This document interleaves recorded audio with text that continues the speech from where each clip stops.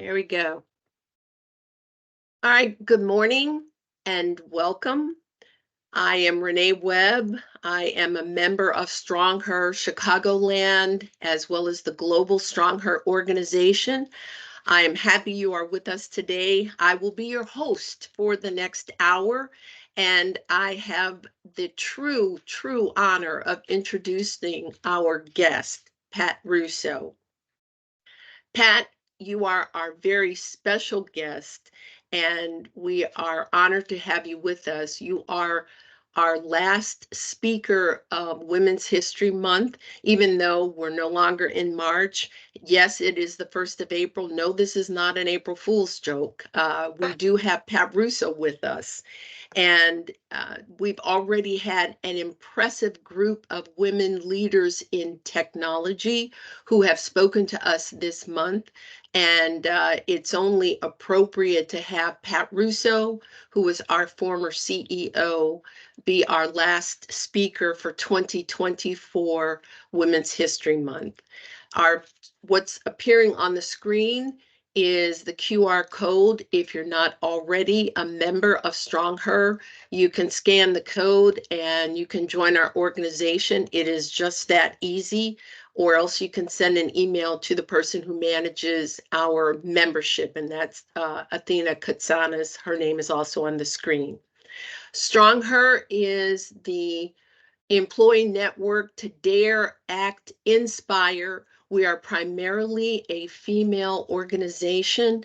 We're all about gender inclusivity, the diversity, the promotion of increasing the numbers of women in our company, especially in leadership positions. And this is our mission always. What you see now is the calendar that we enjoyed during Women's History Month. We are at our final event today, April 1st, with Pat Russo.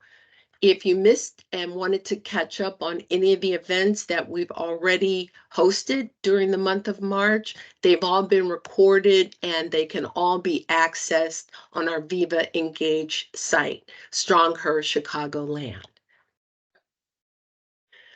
Today, we are proudly presenting Pat Russo. Pat Russo has spent her career in the computing and communications technology industries. Pat is currently chairman of Hewlett-Packard Enterprise, HPE, a global industry leader in providing edge-to-cloud solutions to businesses around the world. In addition to chairing the board of HPE, Pat currently serves as lead director on the board of General Motors, as well as serving on the boards of Merck and KKR, the global investment company. Pat was the chairman and CEO of Lucent Technologies, during which time she led the company through the most challenging period in the history of the telecommunications sector. In fact, she mentioned that when she joined us. We were having our informal conversation, and she talked about what happened in the telecom industry during her leadership. She led the company's return to profitability and growth after the telecom industry downturn, and later led the company through its cross-border strategic merger with Alcatel. Pat served as CEO of the combined company, Alcatel-Lucent, through the end of 2008. Pat is the chairman emeritus of the board of the Partnership for Drug-Free Kids, a national nonprofit dedicated to preventing drug and alcohol abuse among youth. She serves as a senior advisor to World 50 and G100, an organization dedicated to the development of senior executives across all industries. She occasionally teaches 2 seminars at the Wharton School Executive Education Program, one focused on leading through crises and the other on mergers and acquisitions. As one of Fortune magazine's most powerful women and one of Time Magazine's 100 most influential people. She has been recognized multiple times for her business achievements. Pat is a graduate of Georgetown University and the Harvard Business School Advanced Management Program. She has received honorary doctorate degrees from Stevens Institute of Technology and Columbia College. Pat is a member of the Economic Club of New York, a trustee of the Committee for Economic Development, and a former member of the United States Business Council.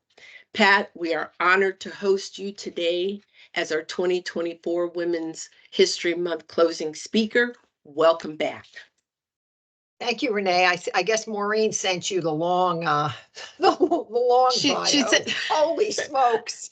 I'm well, listening that's saying, okay. okay, enough. Anyway, thank you. It's good to be with all of you. Thank you. I will stop sharing so we can see you and I can see you as we are having our conversation. And this Okay. is indeed meant to be a conversation with you to learn more about you, probably to hear from people who were here when you led our company. I was one of them. I do remember your leadership, and just having you with us today is really a special treat. So let's get started. Let me share with our audience first and foremost. We'll begin with a few questions for Pat, and we will allow time for questions from the audience. So if you want to put something into the chat now, you can do that. We will read your questions when we're done with some of ours. And we will also allow you to unmute your microphone and ask questions of your own. So, Pat, let's get started. Okay. Okay, so I have a few questions, and I will start by asking, if you don't mind, give me one or two childhood experiences that contributed to your becoming a leader in business. Yeah, that's it's an interesting question. One or two childhood experiences. I probably the most impactful um, aspect of my life was growing up in a large family. I have 6 brothers and sisters, Wow. 2 of whom are disabled, Mm, and all of us were born very close together. So my mother had 7 children in 7 or 8 years. Yeah. wow. So we're all close in age. There's something good about that. But when there's that many of you and 2 of us requiring more attention, I think it helped create a level of independence and responsibility at a young Mm, age.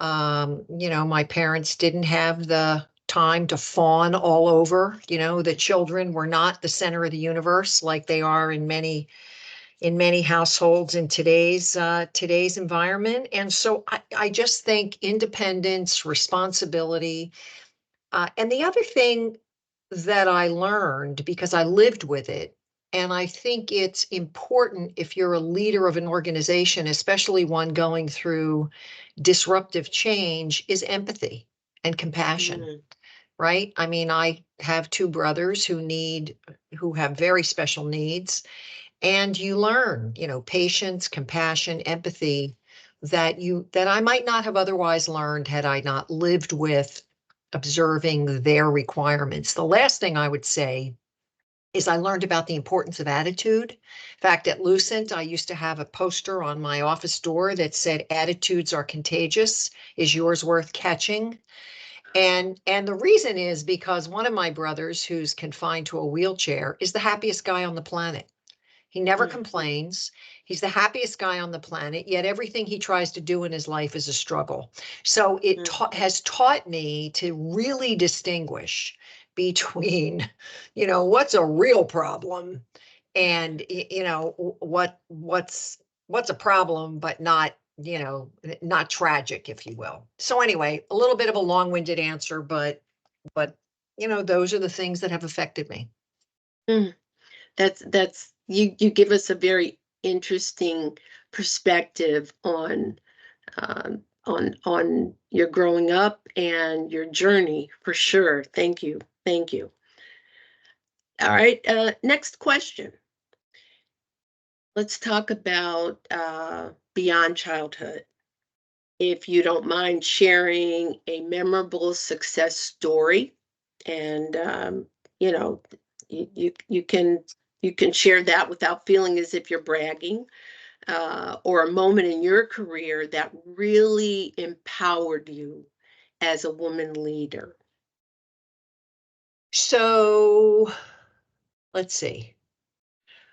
And I would I'm expect this happened before you became CEO of Lucent. Yeah, yeah. And look, there were lots of things we did. Probably the most significant is when I became CEO of Lucent, um, was the year that the telecommunications industry, the communications equipment industry literally crashed. I mean, literally crashed.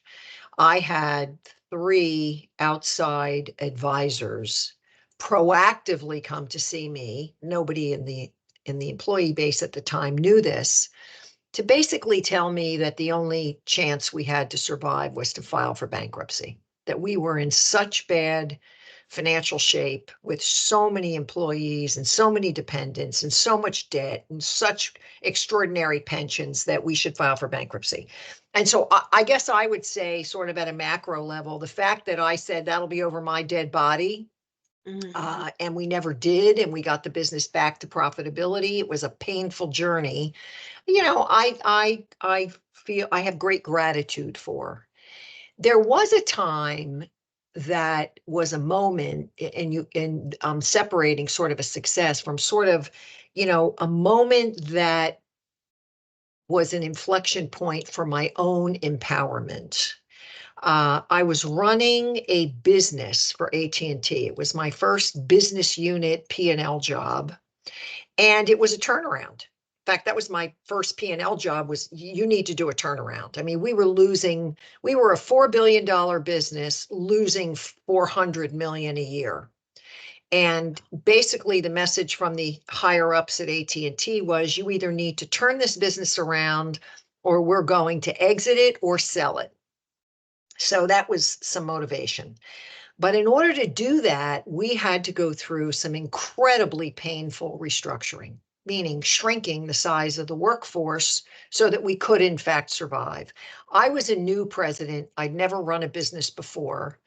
And it's like I took every decision personally. I was getting letters from people. How can you do this? Why are you going to have to fire people? I was getting letters from people's kids. I mean, it put me into, this was early in my leadership experience, it put me into a total funk. I was really taking it all myself. And my husband said to me one night, I had been really feeling it and showing it. And he said to me, what is wrong with you? I said, look, we're going through a really tough time. I'm having to lay people off. It's so difficult, so challenging.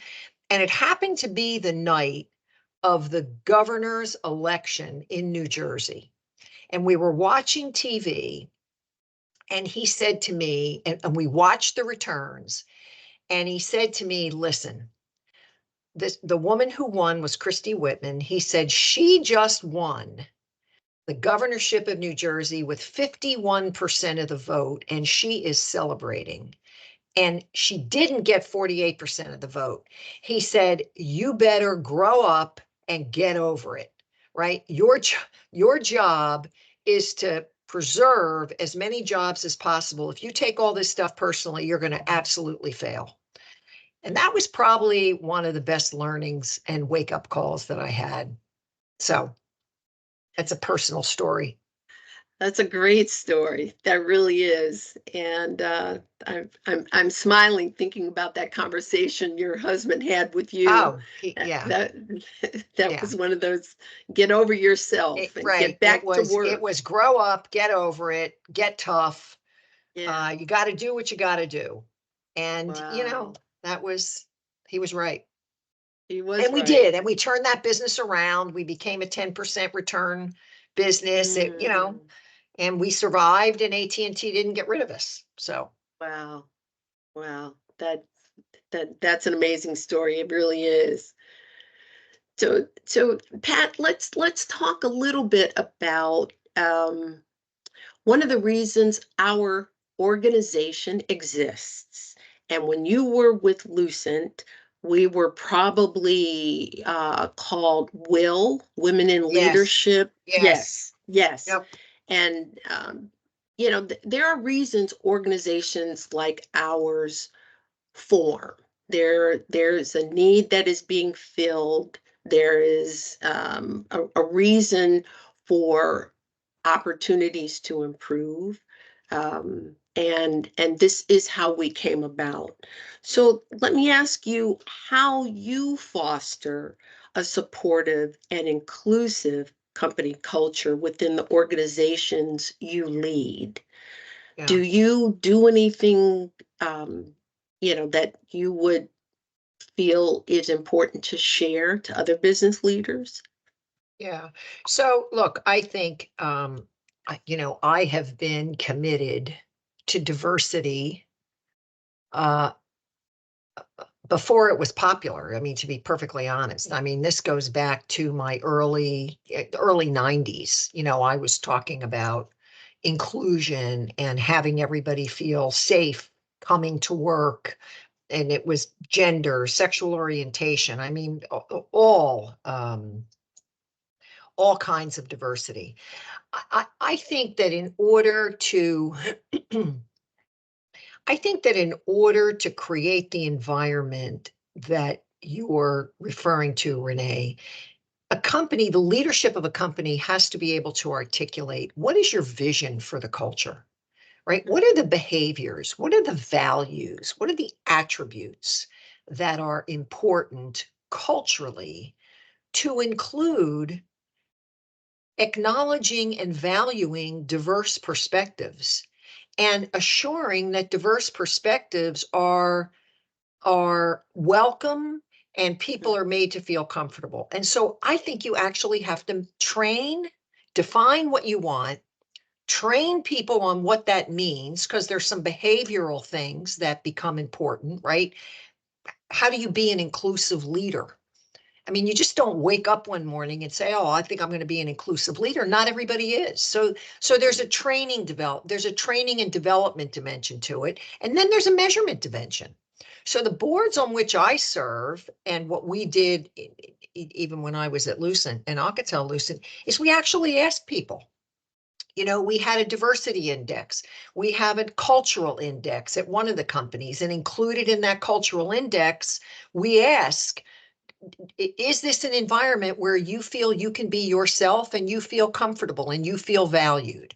So in the grand scheme of things, I'm one that says define what it is you believe is important, help people become that behaviorally, and then measure whether in fact you're making an impact. Hmm. Okay, so this is probably becoming more difficult in today's climate, where companies are being challenged with how they are demonstrating their commitment to diversity. Um, there has been a lot of talk over the last several years about making a business case for diversity. Um, how do you see that playing out in today's business climate? Yeah. Oh God, I have so many different views on this. So first of all, um, the I sort of chuckle. The business case for diversity. Let's just use a simple example. Do you think a company that sells to consumers, that has products for consumers, forget what the product is, do you believe that that company ought to have people in key positions who represent the consumers they sell to? Does that make business sense? That makes business sense to me. Okay. Who can argue with that? Okay, let's just, you're selling to women, you're selling to men, you're selling to African Americans, you're selling to Latinos, you're selling to groups within our society that may or may not have different priorities around what it is they buy. But if they do, you sure ought to know that, right? I mean, one of the things I find interesting is that, if you look at auto sales, more than half of the decisions are made by women. Mm. There's only one woman running an auto company. That's Mary Barra at General Motors. And by the way, half our board is women. So the business case for diversity is so simple in my view. Secondly, experientially, I always say to people, if you have a problem you're trying to solve and you're sitting around the table with people who have different backgrounds, different perspectives, and different experiences, do you believe you have a better discussion? And most everybody says, oh, yes. Well, there's another business case for diversity. So to me, it's not like give me a business case for diversity. I say it's a business imperative. And for those companies and those leadership teams and those boards or whatever who don't recognize that, and by the way, I don't think there's a lot of people anymore that don't recognize the value of diversity.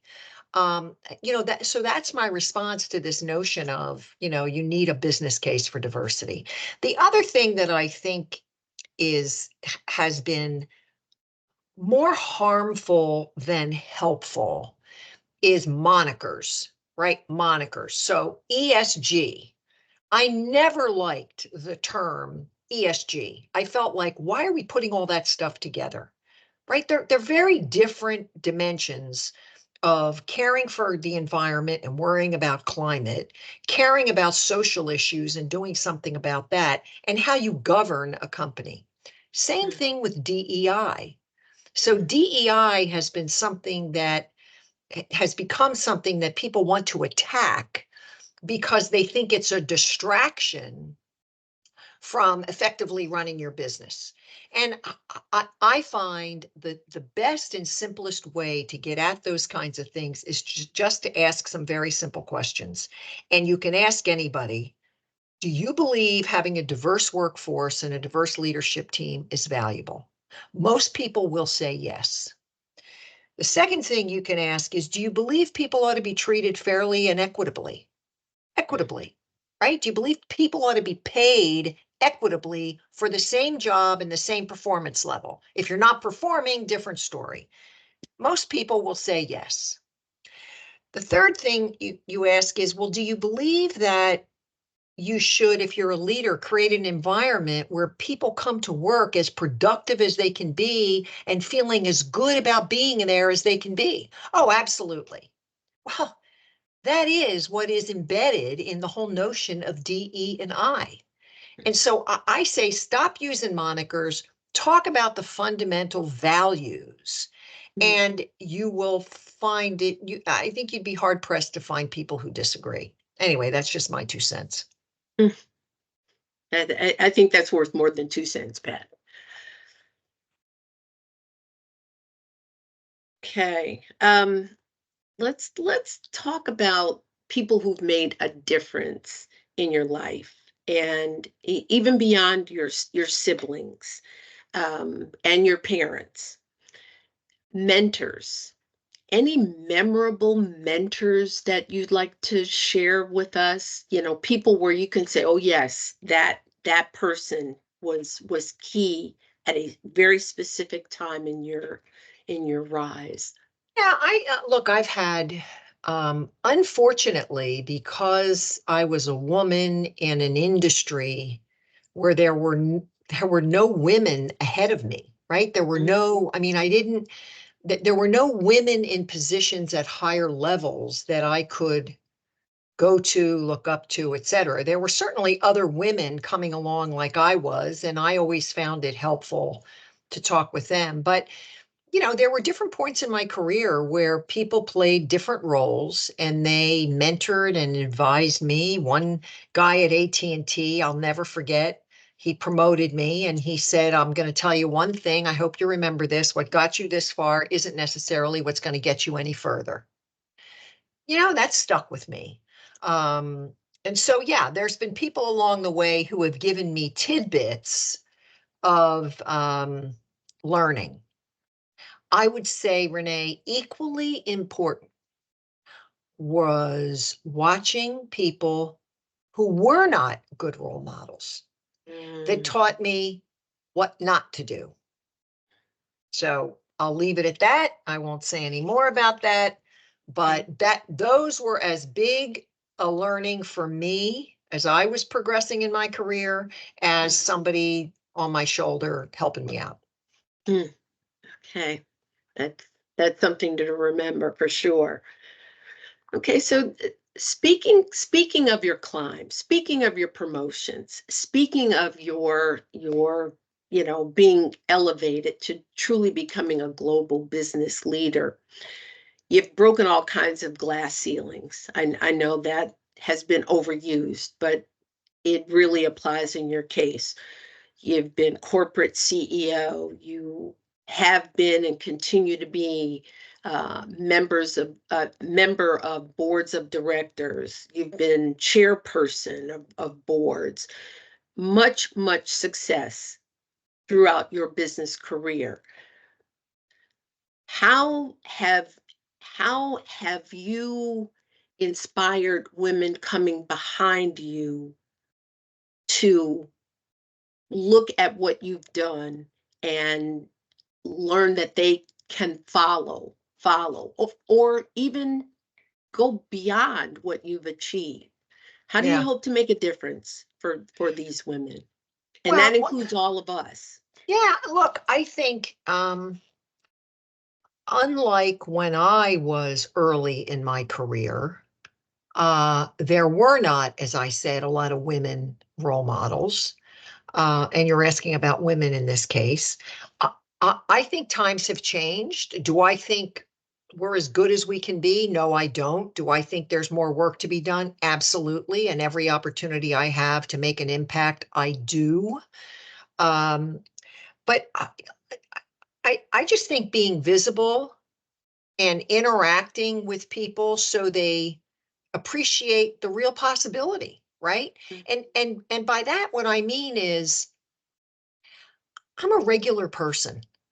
You know, I have the same issues and challenges, and, I put my clothes on the same way everybody else does. And what I always tried to do was help people distinguish between who we are as individuals and then what's possible to accomplish with hard work, dedication, collaboration, listening more than talking, right? Not having an agenda other than doing what's in the best interest of the company. And so it was those kinds of things that I always tried to instill in people, along with you can do anything you want if you believe it, right? You can do anything you want if you can believe it. And if you have a set of characteristics and attributes that lend themselves to success, right? If you're arrogant, nasty, people don't like to work with you, forget it. You're not going to go anywhere. You're going to be limited. But if you adopt a set of characteristics and attributes that people like to work with, value working with, you demonstrate your capability, look, I think anything is possible. And then in my case, probably one of the biggest impacts I've had is people I've put in jobs or board members that we've added to boards. I mean, when I was running Lucent, I had a female running IT, I had a female running North America, I had a female one running the wireless business wow. for starters. I had a female running HR. And so, I mean, this is back a number of years ago. Hmm. So you make an impact where you have the decision authority to do that, and I did that every chance I had, and it was always based upon merit and diversity. Hmm. I am not one who has ever been, diversity comes first and merit comes last. I don't think that helps anybody.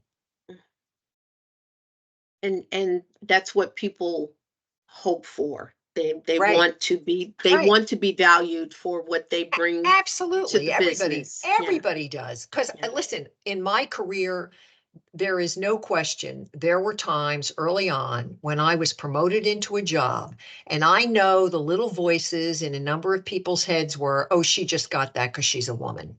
And I've lived with that for many years early on. Not in my later career time frame, but early on when there weren't very many women. And you just live with that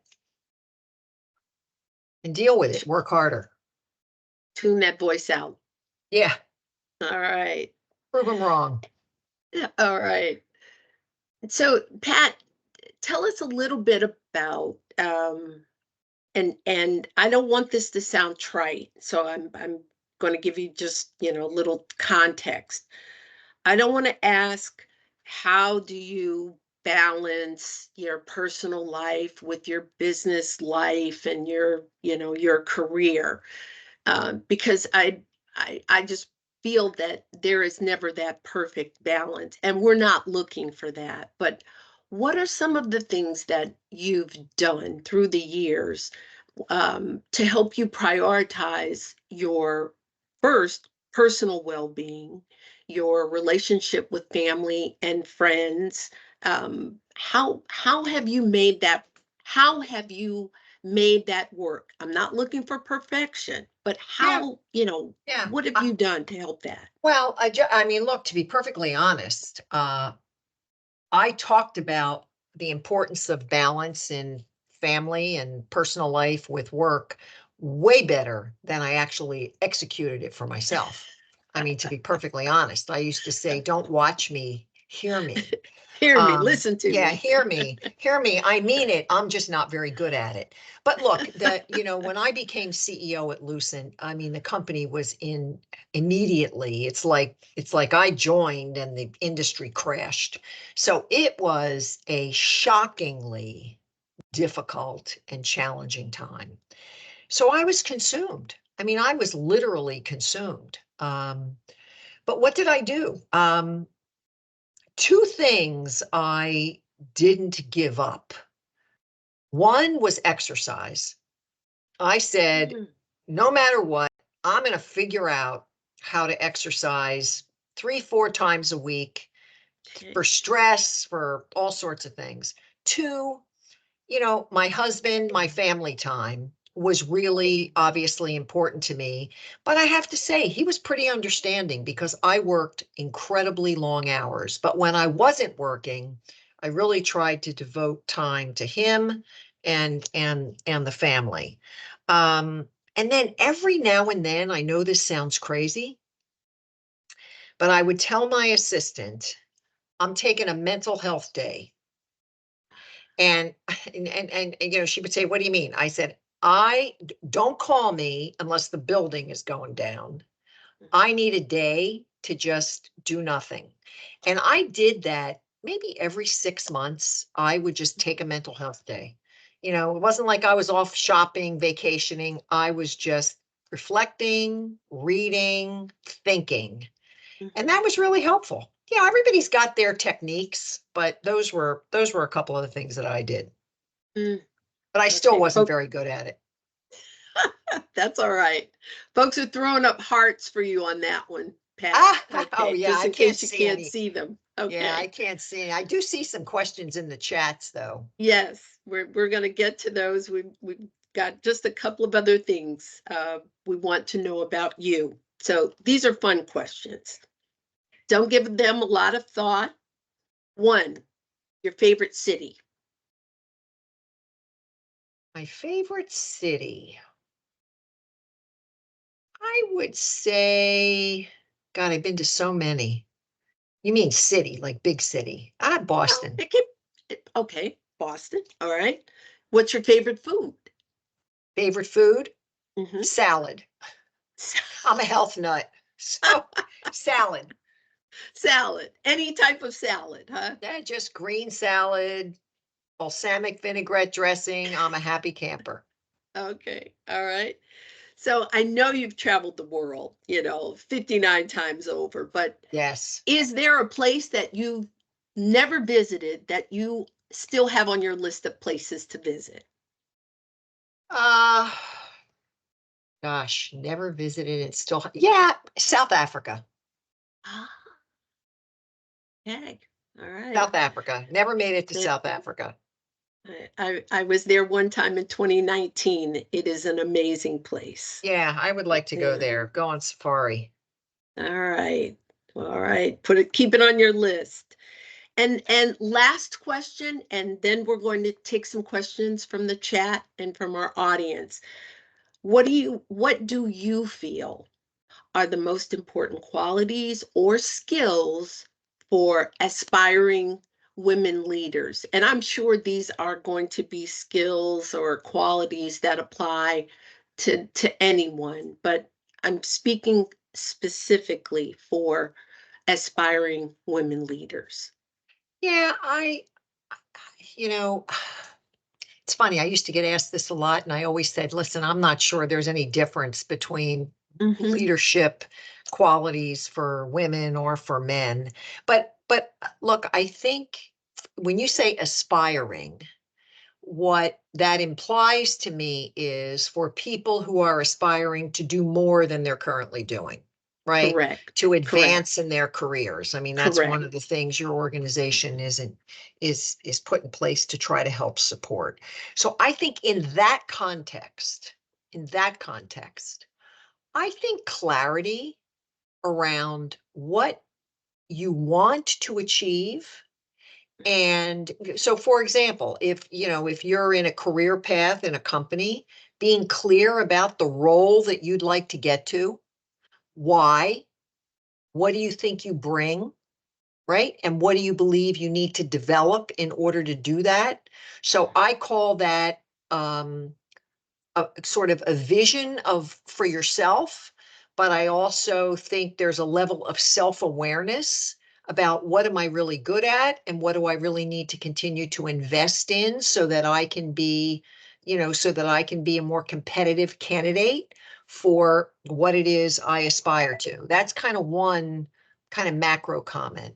The second thing, these are just general qualities. Look, smarts and capability are sort of table stakes, right? We got a lot of smart people. We have a lot of people producing results. I think how you work with others and how you lead teams are really important characteristics for leadership, right? Are you someone who inspires people that work for you? Do you inspire, not just motivate, I mean inspire? Can you talk about a purpose and get people excited and passionate about climbing the hill with you? So there's an inspirational dimension that I think is really important. There's a collaborate with your colleagues, which is really important. Business is a team sport. Nobody succeeds independently. So those are some things that I have just found important. It's not the table stakes stuff. It's the softer, they tend to be the softer elements of leadership that are really important. And the last thing I'll say, and this comes into play a lot when we talk about CEO selection, is authenticity. Authenticity, do you show up as somebody who the people around you see as being genuine and authentic? Because when you do, you just engender higher levels of support and engagement than I think those who aren't authentic do. That's just my opinion. That is absolutely uh, just inspiring to hear, and we will definitely take that away from this conversation. I'm I am going to look to our chat. We've Okay. got a couple of questions. I will read the ones that have been posted. First, how did you motivate the remaining workforce after the huge number of layoffs? And what was the why behind the business? And how did you lead Lucent to believe in the why? Yeah. So One thing I felt was really important when we were in deep trouble, and we were in deep trouble. I mean, let me be clear, we were in deep trouble. We stopped washing windows, we stopped cutting the lawn, we stopped picking up trash every day, we unscrewed every third light bulb. I mean, we were managing expenses like you cannot believe. So a couple of things I felt were important. One was communicate with honesty and transparency to the employee population. So I did regular all employee broadcasts, and I would talk about what our state of affairs was, what we needed to accomplish, how much progress we were making, and how much further we had to go. So there was a level of communication that people felt, okay, I don't like the situation we're in. I don't like the fact that we have to shrink the workforce. But what I tried to have people understand is the why was that was that was critical for our survival. And so when you engage people in a conversation that says, look, we can have half the people we have today working here, or we can have no people working here. Mm, What do you choose? Right? So being honest and being demonstrating and sharing the reality, I found people are smart, right? They're responsible for their own lives. They get it. You may not like it, but I found appealing to people's logic and their pride. One of the mm, things that was really important, especially with the people of the organization at that time, was pride. I mean, they were proud of having been an AT&T employee and then a Lucent employee, and the notion of the whole thing blowing up was not something anybody wanted to see happen. So there was a pride element that came into explaining to people, what they should grab onto and why we needed to make the changes we did. It was about survival. And I mm, use that word. I said, look, we have one mission right now. That is to survive mm, as a company. Once we get through the chasm, then we'll talk about how do we thrive. mm, And that was our mantra, that was our focus, and that's what we did. And I think people understood it. mm, So that's the first question in terms of the why. The why is we have to survive. mm. Those were dark days, definitely. Very. All right. We've got a question from Tracy Coutre. Tracy's question is hearing the number of women leaders reporting directly to Pat when she was CEO of Alcatel-Lucent. It seems like we've taken steps backward when we look at the company today. Why do you think this has happened? You can't answer for our company, but at a Right. general level, um, and then the rest of her question, getting beyond monikers. How do you believe that CEOs and leaders need to be held accountable to achieving actual results in increasing the number of women in leadership positions? That is tie their compensation to achieving business results, to achieving these results like business results. That's more of a question. Yeah, Um, yeah. Look, I okay. mean, I can't, or I don't know what's transpired. I know it's a tough industry you all are in. Believe me, it's Yeah. been tough. I think the communications equipment industry has been tough since 2002. Let me just say that it has been very, very difficult. Um, on a more general level, I think top leadership and boards need to be committed to changing the profile of the leadership team. And you have to find opportunities to do that. When I became chairman of Hewlett Packard Enterprise and the CEO that is currently the CEO, he's been there for 5 years, we knew that we had a lot of work to do around especially gender diversity on at the top team. There were no women reporting to him when that company got separated from HP split up, when that company got separated. And he knew the board felt that that was not acceptable. We needed a more diverse team. We wanted a more diverse team. He felt that he knew that he wanted and needed to make those changes because he would get better discussions and better debates. And he, in fact, did. And now we've gone from no women reporting to the CEO to half of the senior leadership positions reporting to him are women. That's really impressive. I mean, It half. really is. Yeah, I mean, he has Yeah. a female CFO, he has a female head of HR, he has a female head of the financial services unit, he has a female head of the hybrid cloud, he has a female head of communications and marketing. So, you know, it's doable. You have to be It's doable. committed, you have to be committed, and you have to hold yourself accountable. Hmm. And I Hmm. give him a lot of credit. I would say he deserves that, for that intentionality for sure. Yeah. Okay. A couple of other questions. One, we have a comment from Denise Saba. She said, excellent insights, Pat. You are still Oh, missed. Denise, I remember Denise. Thank you. Uh, Ann Lee, one of our Bell Labs fellows, she said, what's from your perspective, what was the root cause for the telecom industry implosion? Yeah.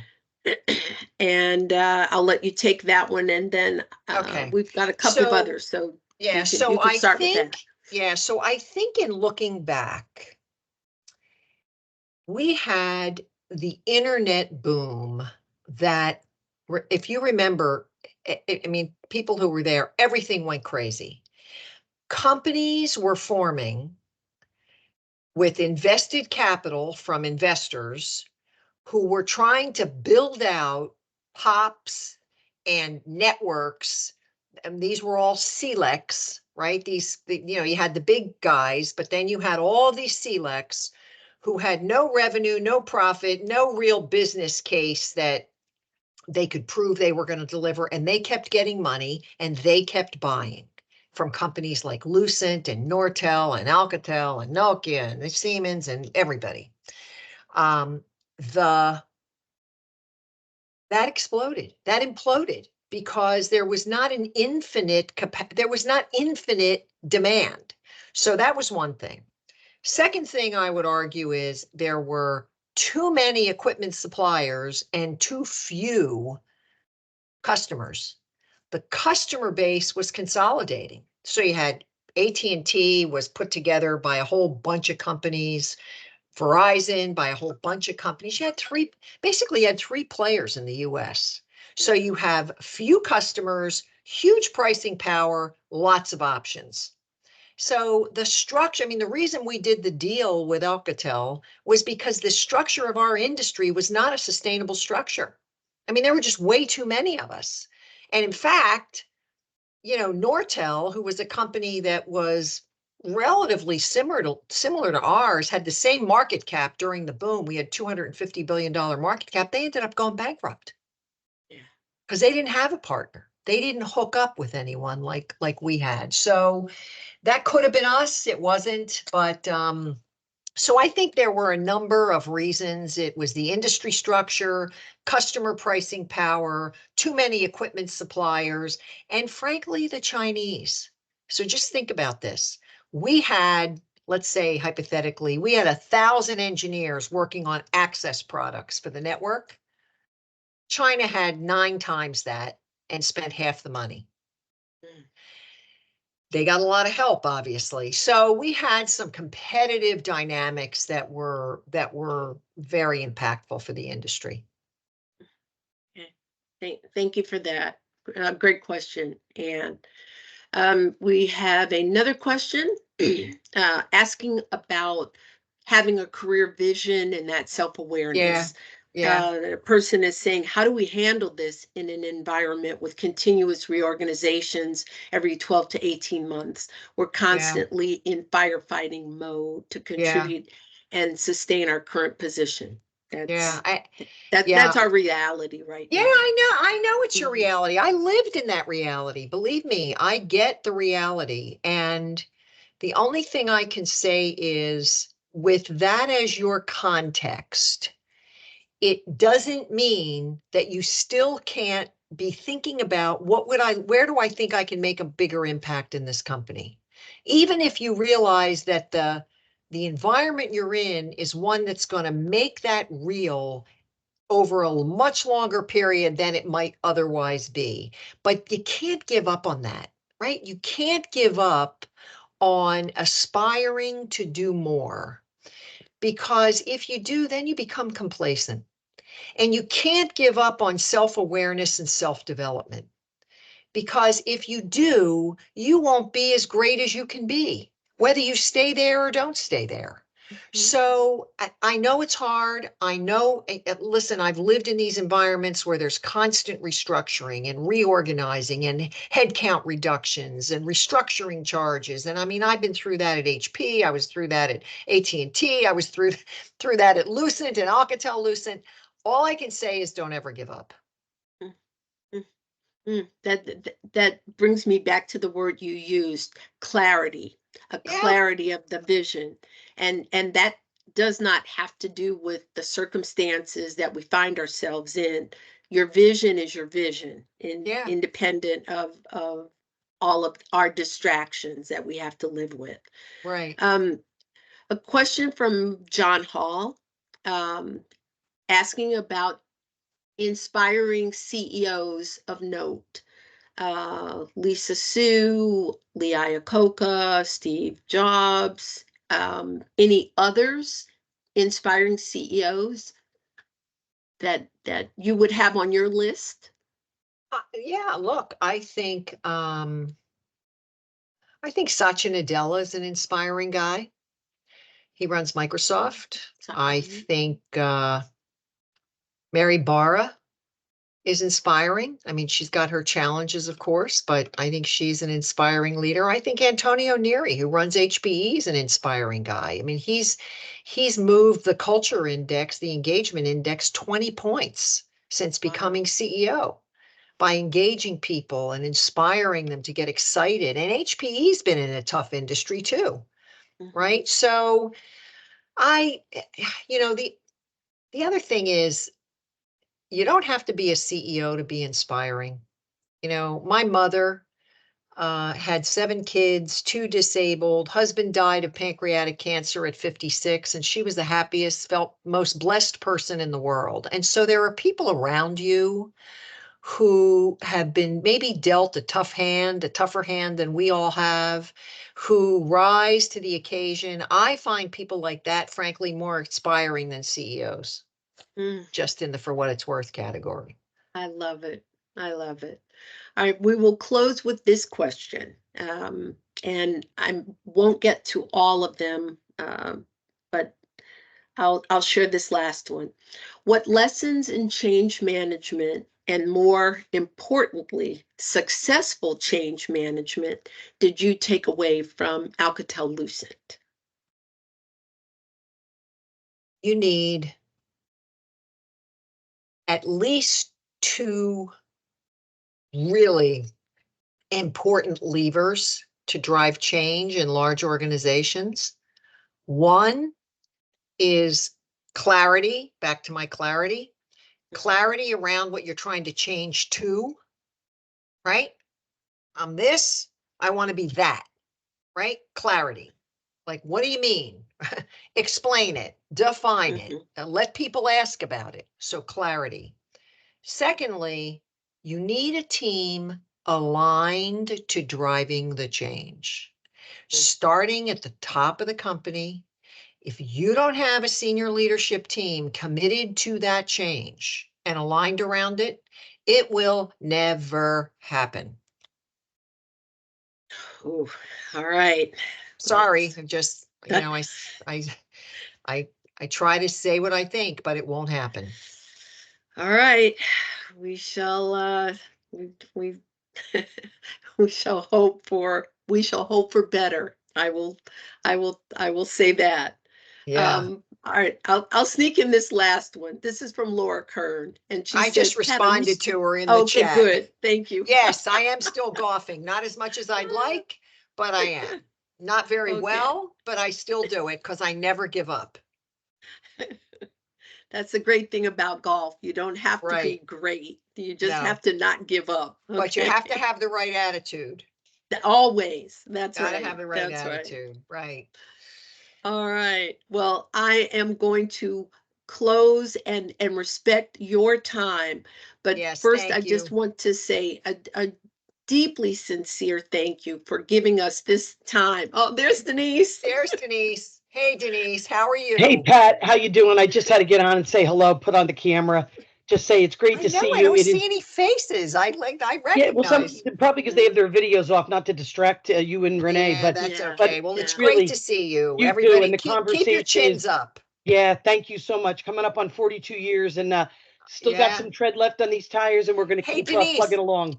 Denise, I'll tell you one other thing. Guess who joined the board of Hewlett Packard Enterprise? Oh, Frank D'Amelio. oh my gosh, Frank! Yeah, Oh, yeah. I Frank's saw on my that. board. excellent. By the way, couldn't have a better guy, right? I mean, really, that's He's terrific. great. When you He's talk great. to I'll him, give him tell him. my best. In fact, I'm about to jump on a 1:30 call with him. I'll let him know that I saw Please you. do. Please do. Great.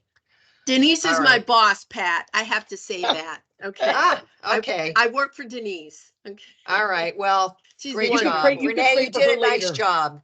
Anytime. Thank It's you. great to be Thank with you. all of you. And when you sent a note, just so you know, Renee sent a note into the HPE mailbox or something. I don't know. And then they said it to me and said, "Hey, would you be interested in doing this?" I said, "Yes." For these guys, absolutely. So, We appreciate you Thank so you so much, much, Pat. Pat. Really. all right. Thank You you. all take Thank you for care. taking that. Pat, we will be sending you a small gift, a little bit of Nokia swag, and a certificate of thanks for your Uh, time with us. Thank you so Thank very you. much. You Thank all you to take all of our care. great attendees. It would not have been this much fun without your presence. So thank you Thank all. you. And it was nice being with all of you. Thank you. Thank you, Pat. Have a Great great job, rest of the Renee. Have a day. great Take rest of care. the job. week. Thank you. Bye-bye. Bye-bye.